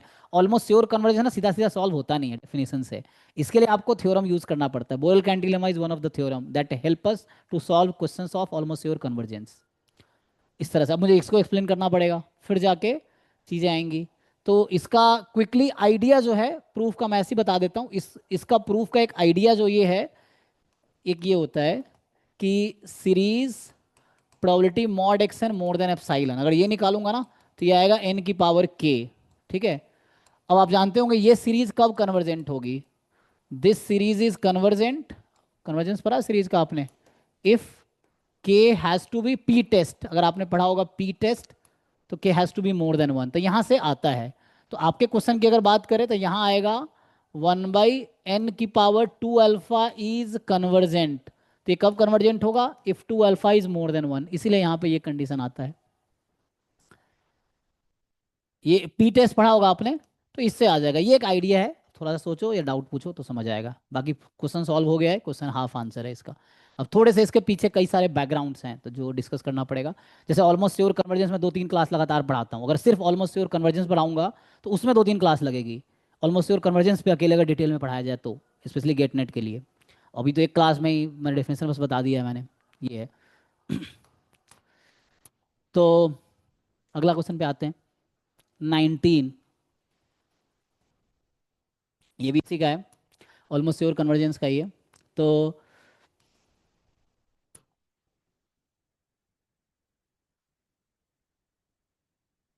देखिए, so x n be a sequence of IID random variable each having uniform 0 2। तो बता रखा है एक्स एन जो है यूनिफॉर्म 0 2 है for all n belongs to natural number and they are IID, ऐसा क्वेश्चन में गिवन है। अब जेड एन आपको दे रखा है, ठीक है। तो जेड एन को ध्यान से आप देखेंगे तो z n is minus log of product of 2 minus x i इस पूरे की पावर 1/n। थोड़े से लॉग का प्रॉपर्टी यूज कीजिए, तो ये हो जाएगा -1/n log product of 2 minus x I from 1 to n। थोड़े से और सिंप्लीफाई करेंगे तो log a into b log a plus log b, right. तो यहाँ हो जाएगा, सो ये आ जाएगा। ये क्लास अभी मैं है ना, आप लोग अगर बिजी नहीं हो तो वी कैन कंटिन्यू टिल 11, कोई दिक्कत नहीं है। सो तो यहाँ से आ जाएगा, नहीं 10:30 तक जाना पड़ेगा, 10:30 पे एक मीटिंग है, ठीक है ना। सो 10:30 तक करते हैं। So -1/n and log a into b log a plus log b. तो ये समेसन हो जाएगा log of 2 minus x I from 1 to n, ठीक। सो यहां तक हम पहुंचे हैं। अब आपको कुछ याद दिलाऊं, सो x is uniform 0 2 if and only if 2 minus x is uniform 0 2, ठीक है जी। ये थ्योरम जानते हैं आप लोग। x अगर 0 से 2 में है तो 2 माइनस एक्स भी 0 से 2 में होगा होगा। तो x यूनिफॉर्म 0 2 है if and only if 2 minus x is uniform 0 2। तो ये 2 माइनस एक्स भी यूनिफॉर्म 0 2 में है एक्चुअली। तो ऐसा कुछ रीनेम कर देता हूँ, तो अभी के लिए मैं मान लेता हूँ वाई आई, ठीक है। 2 माइनस एक्स आई का नाम मैंने वाई आई रख दिया, और इवन ये भी यूनिफॉर्म 0 2 ही होगा। तो इसको फिर से लिखेंगे तो -1/n summation i from 1 to n log of y i, ठीक। लेकिन एक और हमारे पास थ्योरम है जो हम यूज करना चाहेंगे यहाँ पे। देखो एंट्रेंस के जो क्वेश्चंस आते हैं ना उसमें बहुत सारे थ्योरम्स यूज होते हैं। तो जैसे कॉलेज में जब आप पढ़ते हो बीटेक एमटेक बीएससी एमएससी करते हो तो they teach theorems, they prove theorems, उतना क्वेश्चंस नहीं कराए जाते हैं। बट एंट्रेंस में क्या है कि वो थ्योरम पे बेस्ड क्वेश्चंस बनाते हैं because they don't want proof, क्योंकि ऑब्जेक्टिव एग्जाम है तो सब्जेक्टिव तो है नहीं कि प्रूफ पूछेगा।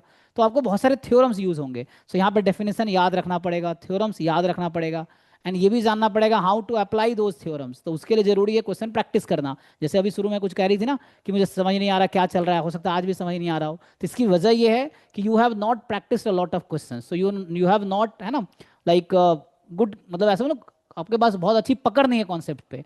और वैसा इसलिए नहीं होगा क्योंकि आपने बहुत सारे क्वेश्चन प्रैक्टिस नहीं किए होंगे। जब आप बहुत सारे क्वेश्चन प्रैक्टिस करोगे ना तो खुद ही कॉन्सेप्ट पकड़ हो जाएगी, वो खुद याद हो जाएगा, रट्टा नहीं मारना पड़ेगा आपको। थ्योरी सामने देखो, क्वेश्चन सॉल्व करते रहो तो आपको समझ आएगा कैसे यूज करना, जब अप्लाई करोगे खुद ही याद हो जाएगा। तो उसके लिए क्वेश्चन सॉल्व करना पड़ेगा आपको, तब जाके आपको समझ आएगा। जैसे ना कई सारे थ्योरम, एक थ्योरम ये यूज हुआ, दूसरा थ्योरम जो मैं अभी यूज करूंगा कि x is uniform 0 1 if and only if -2 log x is chi square with 2 degree of freedom. तो अभी के लिए ये थ्योरम यूज किया जाएगा। काई स्क्वायर 2 जो है एक्सपोनेंशियल 1/2 भी है, exponential 1/2 and chi square 2 are same random variable, मतलब they are identically distributed actually. So तो अभी के लिए मुझे ये यूज करना है, और ये थ्योरम तब यूज होगा जब यूनिफॉर्म 0 1 में आएगा। अब जैसे यहाँ पे y यूनिफॉर्म 0 2 था, तो इसको अगर मैं डिवाइड कर दूंगा 2 से ना, तो yi/2, तो ये आ जाएगा यूनिफॉर्म 0 1, और मुझे इसी की ज़रूरत है, तो मुझे yi/2 की यहाँ ज़रूरत है। यहाँ तो log yi है, और मुझे log yi/2 मिल जाएगा, तो मैं ये थ्योरम अप्लाई कर पाऊंगा। ठीक है, चलिए तो इसको y/2 बनाते हैं। कैसे बनेगा? तो -1/n summation log yi/2 into 2, हमने 2 से क्या किया, मल्टीप्लाई डिवाइड, बैलेंस कर रहे हैं। अब ये a b, log a into b log a plus log b, तो आ जाएगा -1/n summation i from 1 to n log of yi/2। अब ये आएगा log a plus log b, तो प्लस log 2 होगा, फिर समेसन लगेगा, तो फाइनली आफ्टर समेसन ये आ जाएगा -log 2 बन के, या ln2 कर लो, वही बात है। सो -log 2 बन के, क्योंकि log this plus log 2 -1/n multiply होगा, समेसन से n आएगा, n कट जाएगा, तो -log 2। So this is what is zn। अभी तक सिंप्लीफाई करके यहाँ तक पहुँचे हम, तो zn इज दिस वन। इसको फिर से रीनेम कर दो, कुछ नया नाम दे दो। तो अगर रीनेम करूँ मैं, लेट्स से w ले लो, चलो wi इज log yi/2, मैंने रीनेम किया फिर से। सो log yi/2 का नाम मैंने wi रख दिया। So now this is something like -1/n। अच्छा 2 भी था ना, 2 कहीं नहीं है, आई थिंक समवेयर 2 चाहिए मुझे, 2 नहीं है, कोई बात नहीं, तो नहीं चलो है सर। कोई बात नहीं, 2 नहीं है तब भी काम हो जाएगा हमारा। तो ये तो 2 के लिए था, चलो इसको मैं थोड़ा और मॉडिफाई करता हूँ, मतलब इस थ्योरम के पार्ट्स हैं। तो ये जो है ना, ये काई स्क्वायर 2 इज एक्चुअली एक्सपोनेंशियल 1/2। आगे मैं इफ एंड ओनली इफ कर देता हूँ। सो अगर 2 नहीं है तब भी काम हो जाएगा, तब ये थ्योरम कहता है कि -log x will have distribution exponential 1।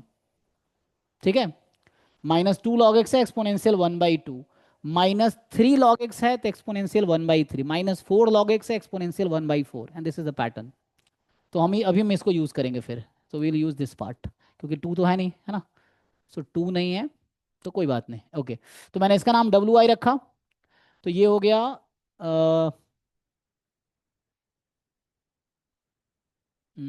Summation wi, इसका नाम मैंने wi रख दिया। ठीक है, i from 1 to n -log 2। Okay, so अब लास्ट लाइन, अब सॉल्यूशन आ जाएगा। So z we got is zn we got -w bar -log 2, is it, हाँ है ना। ठीक है, अच्छा इसकी भी जरूरत नहीं पड़ेगी फिर, एक मिनट पड़ेगी ना, क्योंकि w बार का डिस्ट्रीब्यूशन कहाँ से आएगा। ठीक है, चलो देखो, तो अभी के लिए अगर मैं माइनस हटा दूं, लेट मी करेक्ट इट, तो यहाँ मैं w क्या लिया है मैंने, तो एक काम करो, wi को लो -log yi/2। ठीक है, तो अगर आप ऐसा कर लोगे तो ये माइनस अब गायब हो जाएगा, ये वाला माइनस गायब हो गया, क्योंकि मैंने माइनस के साथ log yi/2 को w मान लिया, माइनस के साथ। तो now this has distribution exponential 1 by this theorem, क्योंकि x अगर यूनिफॉर्म 0 1 है तो ऐसा होगा, तो हमारा yi/2 0 1 था, सो दैट्स वाई। ठीक है, सो yi/2 यूनिफॉर्म 0 1 है, तो log इसका ये थ्योरम यूज हुआ। Okay, so now this is w बार। अब पूछा कि, अब क्वेश्चन पे आते, अभी तक मैं सिंप्लीफाई कर रहा था, तो अभी तक मैं क्या कर रहा था, I was just simplifying zn to bring into simplest form, तो ये सिंपलेस्ट फॉर्म में ले आया मैं। अब आते हैं क्वेश्चन पूछा गया है, पूछा है कि zn converges almost surely to what. तो weak law of large number says, नहीं, strong law of large number says W bar will converge almost surely to E of W or W1. यही था strong law of large number. And what is the expectation of W1? तो expectation of W1 exponential 1 का क्या होता है 1, तो यहाँ से आ गया W bar converges almost surely to 1, तो काम हो गया हमारा. तो this quantity will converge almost surely to 1 minus log 2 and this is the answer. आप कैलकुलेटर यूज करो, उससे आ जाएगा. तो आपका आंसर आया इस क्वेश्चन का, answer is 1 minus log 2 base e, है ना. That is also 1 minus ln2 is the answer. Check करो और बताओ. बराबर है सर. ठीक है ना. तो बस थ्योरम इसमें यूज हो रहा है. ओके.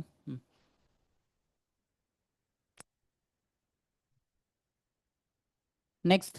तो 2 क्वेश्चन उनके हो गए, 2 क्वेश्चन आपके हो गए. अब और क्या, एक और बचा है, चलो कर ही लेते हैं फिर. तो ये क्या है 49. तो 49 जो है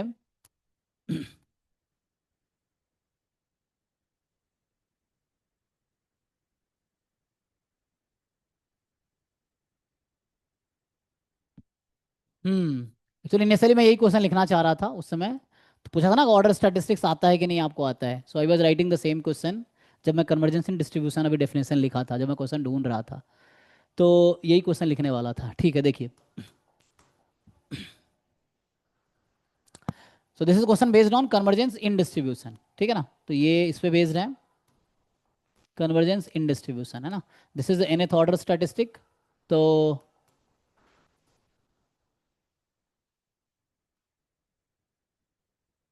यहाँ पे क्या गिवन है. So they have given us xn is IID exponential 1. And this is PDF of exponential 1. तो एंड हमें ये भी गिवन है, and we have given nth order statistics minus log n. Base log base is natural log, तो ln लिख देता हूँ, वही बात है, ln n.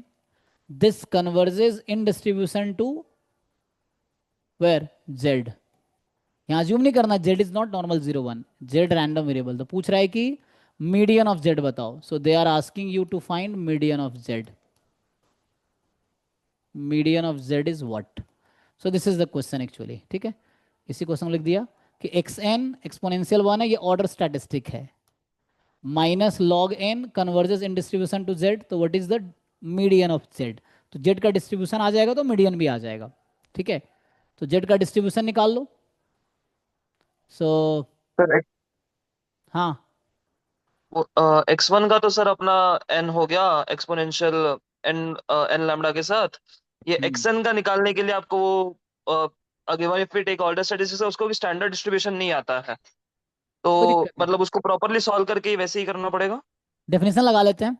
तो what is the definition of convergence in distribution. So अभी आपको याद होगा, मैंने कहा था sequence of random variable xn converges in distribution to z if and only if CDF of xn converges to x. If and only if CDF of xn is equal to CDF of x. ये था ना, xn converges to x in distribution if CDF of xn is equal to CDF of x as n tends to infinity. तो ये यहाँ पे है. तो इसका मतलब क्या है. सो इसका मतलब हुआ कि limit n tends to infinity CDF. और CDF का डेफिनेशन क्या होता है. CDF of x is probability capital X less than equal to x. तो इसका CDF लिखेंगे. So nth order statistics minus log n less than equal to कुछ ले लो, मान लो y ले लो फॉर एग्जांपल. ठीक, y या z, कुछ भी, स्मॉल z ले लो, है ना. चाहो तो स्मॉल z ले लो, या y लेना y ले लो, t लेना t ले लो, कुछ भी ले लो, है ना. Probability capital Z less than equal to y. This is CDF of z, this is CDF of this random variable. ये था ना CDF का डेफिनेशन. अब इसको कंटिन्यू करो, इस पे काम हो जाएगा. अब इसको सॉल्व करते करते खुद ही आ जाएगा. अच्छा, मान लो z का डिस्ट्रीब्यूशन मिल गया. So how will you find the median. Median of z क्या होता है. अगर मान लो z का डिस्ट्रीब्यूशन मुझे पता है, so how to find median of z. Half equal to half करके CDF ऑफ z को हाफ कर दोगे, है ना. तो CDF जैसे हम y पे लिख दिया मैंने, CDF of z at half. तो जो भी y की वैल्यू निकल के आएगी वो मीडियन आएगी z की. यही डेफिनेशन है. ओके, तो मुझे मीडियन चाहिए, इसका मतलब CDF को हाफ रखना पड़ेगा. तो पहले डिस्ट्रीब्यूशन निकल जाएगा तभी हाफ रखेंगे, है ना. ओके, चलो पहले डिस्ट्रीब्यूशन निकाल लेते हैं, फिर आ जाएगा. इसको मैं सॉल्व करता हूँ जी। So this is a CDF of Z, है ना, इसी का नाम है CDF of Z in variable y। तो हम calculating CDF of Z in variable y। तो इसको कंटिन्यू करते हैं, चलो। CDF of Z in variable y, पहले मुझे ये चाहिए, तो उसके लिए ये लिमिट निकालना पड़ेगा। लिमिट निकाल लोगे काम हो जाएगा। तो लॉग इन को उधर भेज दो। nth order statistics less than equal to y plus log n, है ना। तो कभी मैं लॉग लिख रहा हूँ, कभी ln लिख रहा हूँ, दोनों एक ही बात है, यू राइट एनीथिंग। ठीक है, तो मैंने क्या किया, इस ln को उधर भेज दिया। अब ये nth order statistics of CDF हो जाएगा, मतलब CDF of nth order statistics हो जाएगा at this point. nth order statistics का CDF का फॉर्मूला पता है आप लोगों को, क्या होता है? F of x power n. ठीक है। तो कहने का मतलब मैं इसको ऐसा लिख देता हूँ, n tends to infinity CDF of x1, x1 random variable या x वेरिएबल क्या है यहाँ, y प्लस ln n, और इस पूरे की पावर n। तो यहाँ मैंने यूज किया है formula of CDF of nth order statistics. तो वो होता है कि कोई रैंडम वेरिएबल ले लो सैंपल में से कोई भी एक, उसके CDF का पावर n कर दो। तो ये हो गया। अब x1 क्या था, x1 आपका था एक्सपोनेंशियल 1, राइट। तो एक्सपोनेंशियल 1 का CDF क्या होगा? माइनस ई पावर माइनस एक्स। रखिए, तो सो 1 माइनस ई की पावर माइनस एक्स, एक्स की जगह ये आया हुआ है। सो वाई प्लस ln n इस पूरे की पावर n, यही होगा CDF of x1, 1 minus e की पावर माइनस एक्स, एक्स की जगह वही रखना है। अब ये लिमिट निकालो, तो equal to limit n tends to infinity 1 minus e की पावर माइनस वाई, और ई की पावर माइनस ln n होगा, जो कि 1/n हो जाएगा। अब ये लिमिट निकालना आता है किसी को, बताओ, do you know formula of this limit?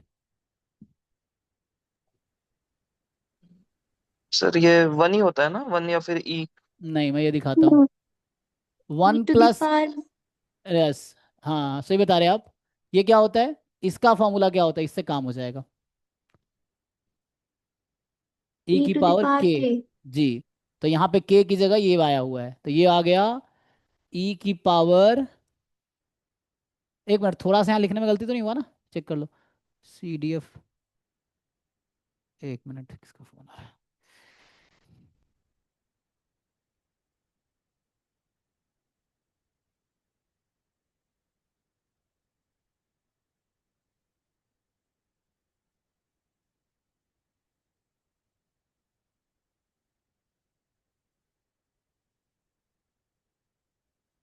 वो मीटिंग थी ना, उसका कॉल आ गया, कोई बात नहीं। तो इसको कंप्लीट कर लेते हैं, तो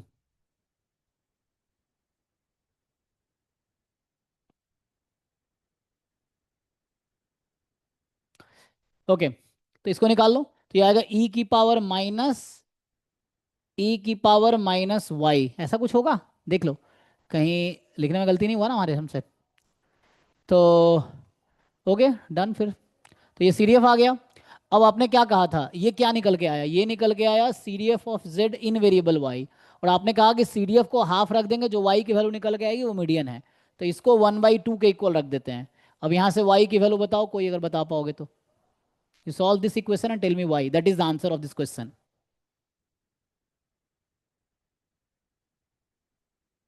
निकालो। आई थिंक आएगा minus ln of ln2, check करो,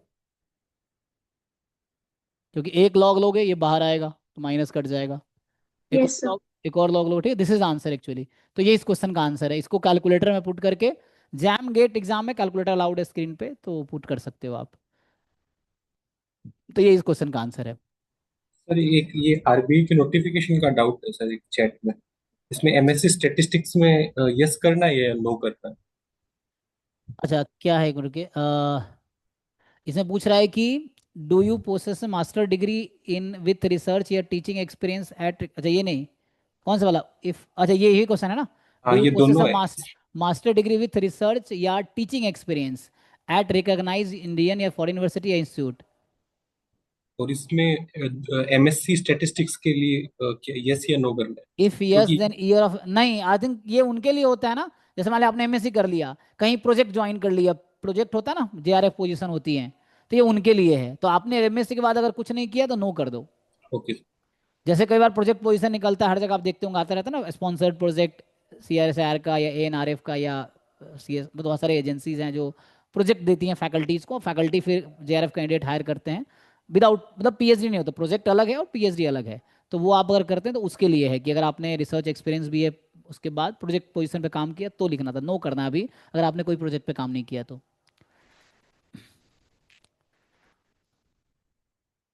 ठीक है जी, तो कल मेरी क्लास है तो कल भी कंटिन्यू करते हैं। तो देखो बाकी लोगों से मैं ये रिक्वेस्ट करूंगा कि यू जस्ट, ये आपका सिलेबस जो है, आपका जो RBI का सिलेबस है ना, उसको ढंग से एक एक वर्ड का पहले तो मीनिंग समझो, जो एक एक वर्ड लिखा है ना, जैसे यहाँ क्लासिकल डेफिनेशन, तो होता क्या है क्लासिकल डेफिनेशन, एक्सोमेटिक डेफिनेशन क्या है या स्ट्रॉन्ग, पहले तो एक एक वर्ड का डेफिनेशन लिख लो, फिर उसके आगे जो रिजल्ट्स उससे रिलेटेड है वो लिखो, फिर आप उस पर बेस्ड क्वेश्चन ट्राई करो। तो ऐसे करके प्रिपरेशन करो एक एक करके, जितना कर सकते हो उतना। टाइम कम है और सबके लिए कम है, it's not for you only, है ना, तो सबके लिए टाइम कम है, इसी में जो बेस्ट पॉसिबल आउटपुट दे पाएगा उसका होगा, है ना। तो वो आपके पता नहीं होगा नहीं होगा, बस आपके हाथ में कि ट्राई करना है, और आप में से ही जो लोग ट्राई करें उनमें से ही किसी का सिलेक्शन होना है, तो you may be that one. तो इस होप के साथ आप तैयारी करो, अपना बेस्ट पॉसिबल जो हो सकता है करो, ठीक है। सो जो सिलेबस है एक एक वर्ड ढंग से पढ़ो, एक इतने आजकल ऑनलाइन रिसोर्सेस अवेलेबल है, ये जो डेफिनेशंस मैं लिखा रहा हूँ ये सब किताब में है, सब ChatGPT पे, सब गूगल पे है, हर जगह अवेलेबल है, बस आपको उसको समझना है, तो बार बार पढ़ोगे तो दिमाग में फिट हो जाएगा, उस पर बेस जब क्वेश्चंस करोगे तो अप्लाई करना आसान हो जाएगा। ठीक है, आई थिंक लाइट चली गई, कोई बात नहीं, तो ओके है। तो आप इसे कंप्लीट कीजिए, कल अभी यही वाला पार्ट कल भी कंटिन्यू करना है, तो आप ये वाला पार्ट ढंग से तैयारी करके आइए। अपना तैयारी करने का मतलब है you just go through theories, ये गूगल करो, मतलब जस्ट गूगल पे पुट करो, इतने सारे मिल जाते हैं, पढ़ो उसको, समझो, नहीं है तो डाउट पूछो, क्वेश्चन सॉल्व करो, डिफरेंट एग्जाम्स के previous year paper, JAM GATE, NET, ISI, जो भी ISS या RBI के इवन अवेलेबल है तो उसका सॉल्व करो। तो जो भी डाउट्स हैं आप पूछो, जैसे आज पूछ रहे थे, अभी 2-3 क्वेश्चन हमने कराए, 5 क्वेश्चन 6 क्वेश्चन किया 2 लोगों के, वैसे ही पूछो, नहीं तो कल मैं आगे थ्योरी कंटिन्यू करूंगा। तो आज तो हमने ये थ्योरी इसी का किया है बस, तो कल अगर कुछ नहीं होगा तो मैं इसका थ्योरी कराऊंगा, ठीक है। सो ये थ्योरी इसका हम थोड़ा डिस्कस करेंगे, डिस्ट्रीब्यूशंस एंड देयर प्रॉपर्टीज, कल ये होगा, मैं भी ये भी कल करा दूंगा, टाइम बचा तो, ठीक है। सो ये देखते हैं, आई थिंक कल, आई थिंक इसी के क्लास, डिस्ट्रीब्यूशन का ही क्लास है, तो कोई दिक्कत नहीं, ये पार्ट अभी कर रहे हैं तो इसको कंप्लीट आप खुद से, ये वाला पार्ट ढंग से कंप्लीट करो। मतलब हाथी को खाना है तो एक साथ नहीं खा पाओगे ना, थोड़े थोड़े खाओगे, तो सिलेबस अगर हाथी है तो थोड़े थोड़े ही खाओगे ना, तो पहले एक यूनिट कंप्लीट होगा, फिर दूसरा यूनिट होगा, फिर तीसरा यूनिट होगा, चौथा यूनिट होगा, ऐसा तो नहीं एक दिन बैठोगे 9 के 9 यूनिट कंप्लीट हो जाएंगे। तो you have to start somewhere, तो स्टार्ट समवेयर देन धीरे धीरे करते जाओ, ठीक है, ये है। चलिए थैंक यू, मिलते हैं कल जी। Thank you sir. जी।